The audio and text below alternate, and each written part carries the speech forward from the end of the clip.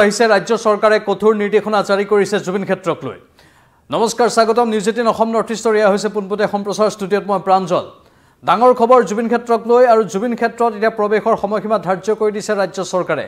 নিশা 10 বজাৰ পৰা পুৱা 7 বজালৈ এই সময়খিনিত কোনো লোক জুবিন ক্ষেত্ৰত যাব নোৱাৰিব।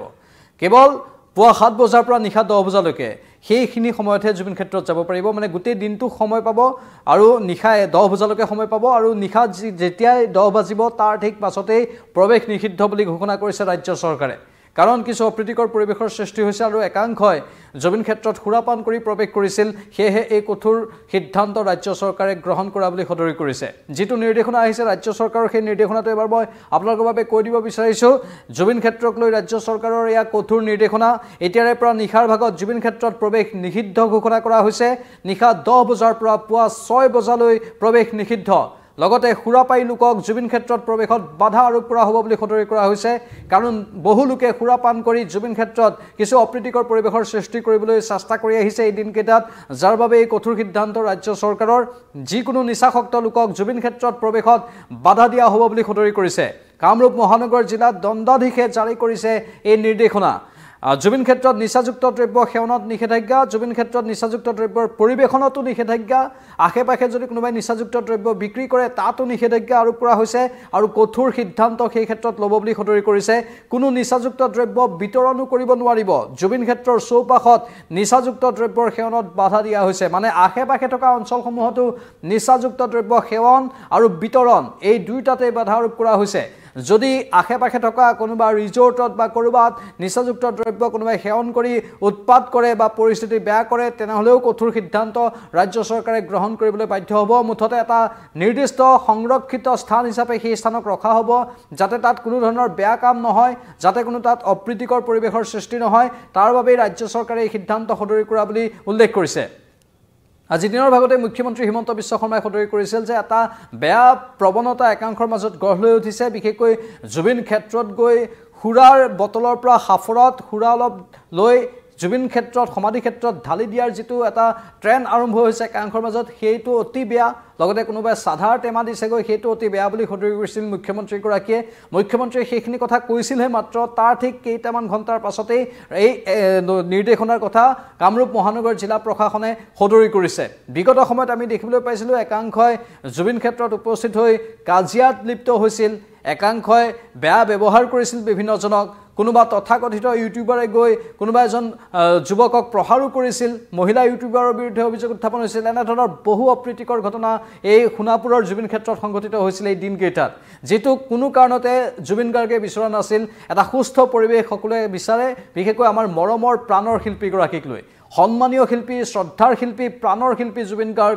আৰু কেৱল অসমৰে নহয়, অসমৰ বাহিৰৰ পৰা আনকি বিদেশৰ পৰাও মানুহ আহিছে জুবিন ক্ষেত্ৰত। সেয়েহে বাহিৰৰ লোকসকলৰ চকুত যাতে জুবিন ক্ষেত্ৰক বদনাম কৰিবলৈ চেষ্টা কৰা নহয়, জুবিন ক্ষেত্ৰক লৈ যাতে কোনো ধৰণৰ ৰাজনীতি নহয় অথবা আন কিবা কিবি যাতে গণ্ডগোল নহয়, তাৰ বাবে এই ব্যৱস্থা গ্ৰহণ কৰা বুলি ৰাজ্য চৰকাৰে সদৰি কৰিছে। আৰু জুবিন ক্ষেত্ৰক অতি পবিত্ৰ স্থান হিচাপে গণ্য কৰা হ'ব বুলি সদৰি কৰিছে। সেই পবিত্ৰ স্থানত কোনো ধৰণৰ দুষ্কাৰ্যৰ স্থান নাই। পবিত্ৰ স্থানত কেৱল পবিত্ৰতাৰহে স্থান আছে। যি স্থানত গৈ মানুহৰ অন্তৰাত্মা শুদ্ধ হৈ আহে, যি স্থানত গ'লেই মনটো পবিত্ৰ পবিত্ৰ লাগে, সেই স্থানটোৱে হৈছে জুবিন ক্ষেত্ৰ। যাৰ বাবে জুবিন ক্ষেত্ৰক লৈ এনেধৰণৰ কঠোৰ নীতি নিৰ্দেশনা। মানে এতিয়াৰে পৰা কোনো লোকে সুৰাপান কৰি জুবিন ক্ষেত্ৰত প্ৰৱেশ নকৰিব। যদি কিবা কাৰণত জুবিন ক্ষেত্ৰত সুৰাপান কৰি প্ৰৱেশ কৰে, তাৰ পাছত যদি ধৰা পৰে, তেনেহ'লে হয়তো আৰক্ষী প্ৰশাসনে কঠোৰ ব্যৱস্থা ল'বলৈ কুণ্ঠাবোধ নকৰিব। তেওঁলোকৰ হাতত এতিয়া এখতিয়াৰ আছে, তেওঁলোকৰ হাতত সেইখিনি এতিয়া কৰ্তৃত্ব ৰাজ্য চৰকাৰে দি দিছে। সেয়েহে সাৱধান। লগতে জুবিন ক্ষেত্ৰত গৈ সুৰা বিতৰণ অথবা এই যিটো সাফৰত সুৰা লৈ ঢালি দিয়াৰ প্ৰৱণতা একাংশৰ মাজত দেখিবলৈ পোৱা গৈছে, সেইটো ভৱিষ্যতৰ বাবে বেয়া হ'ব বুলি সদৰি কৰা হৈছিল মুখ্যমন্ত্ৰীৰ তৰফৰ পৰা। তাৰ পাছতেই ৰাজ্য চৰকাৰে এনেধৰণৰ কেতবোৰ কঠোৰ সিদ্ধান্ত গ্ৰহণ কৰা বুলি সদৰি কৰা হৈছে। ডাঙৰ কথা, ডাঙৰ খবৰ এই মুহূৰ্তৰ আৰু সবাতোকৈ গুৰুত্বপূৰ্ণ কথা যে নিশা 10 বজাৰ পৰা পুৱা 7 বজালৈকে জুবিন ক্ষেত্ৰ বন্ধ থাকিব। বাকী পুৱা 7 বজাত খুলিব আৰু পুৱা 7 বজাৰ পৰা নিৰন্তৰ গতিত নিশা 10 বজালৈকে মানুহ যাব পাৰিব। কিন্তু 10 বজাৰ লগে লগেই ঘড়ীৰ কাটাত 10 বজাৰ লগে লগে জুবিন ক্ষেত্ৰ বন্ধ হৈ যাব বুলি সদৰি কৰিছে। তাত কোনো লোকে ভিৰ কৰিব নোৱাৰিব বুলি বৰ্তমান এই নিৰ্দেশনাত সদৰি কৰা হৈছে। অৱশ্যে সেই সমাধিস্থল নিৰ্মাণৰ কামো পূৰ্ণগতিত চলি আছে। সেই সমাধিস্থল প্ৰকৃতিৰ পৰিৱেশৰ এক অতি সুন্দৰ স্থান হিচাপে নিৰ্মাণ কৰা হ'ব। সেই সমাধিস্থলৰ নিৰ্মাণৰ বাবে ইতিমধ্যে যিখন কমিটি গঠন কৰি দিয়া হৈছে সেই কমিটিখনৰ প্ৰথমখন বৈঠক শংকৰদেৱ কলাক্ষেত্ৰত অনুষ্ঠিত হৈ গৈছে আৰু তাৰ পাছতেই আশানুৰূপ এটা তেওঁলোকৰ মাজত আলোচনা হোৱা বুলি গৰিমা শইকীয়া গাৰ্গেও সদৰি কৰিছিল সেই কমিটিখনে বিচাৰ বিশ্লেষণ কৰি আছে কেনেধৰণে জুবিন গাৰ্গে ভাল পোৱা এটা প্ৰাকৃতিক পৰিৱেশৰ মাজত সেই সমাধিস্থলটো নিৰ্মাণ কৰিব পাৰি কেনেধৰণে তাত জীৱ-জন্তু বা প্ৰকৃতিৰ বাবে যিখিনি কৰিব লগা আছে গছ-গছনিৰ বাবে সেইখিনি কৰিব পাৰি আৰু তাত সোমোৱাৰ লগে লগে যাতে মানুহৰ মন একেবাৰে পবিত্ৰ হৈ যায় তেনে এটা দিশ চালি যাই চাব পাৰি আনকি ৰাষ্ট্ৰীয় ঘাইপথ কৰ্তৃপক্ষয়ো সন্মুখৰ যিটো ৰাষ্ট্ৰীয় ঘাইপথ আছে তাক ছয়লেনযুক্ত কৰাৰ কথা সদৰি কৰিছে মানে মানুহ যাতে আহি ভালদৰে তাত বহিব পাৰে সুন্দৰ এক পৰিৱেশ উপভোগ কৰিব পাৰে আৰু আমাৰ প্ৰিয় শিল্পীগৰাকীক ৰোমন্থন কৰিব পাৰে বা শ্ৰদ্ধা জনাব পাৰে তাৰ বাবে ব্যৱস্থা গ্ৰহণ কৰা হ'ব বুলি সদৰি কৰা হৈছে আৰু কোনো সঁচা জুবিন অনুৰাগীয়ে কাহানিও পৰিৱেশ বেয়া কৰিবলৈ চেষ্টা নকৰে যিসকল প্ৰকৃত জুবিন অনুৰাগী আমাৰ সাংবাদিকসকল গৈছে আমি নিজেও গৈছোঁ তাত